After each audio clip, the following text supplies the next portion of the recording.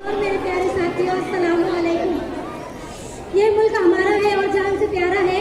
ये मुल्क हमारा है और जान से प्यारा है। ये मुल्क तेरी खातिर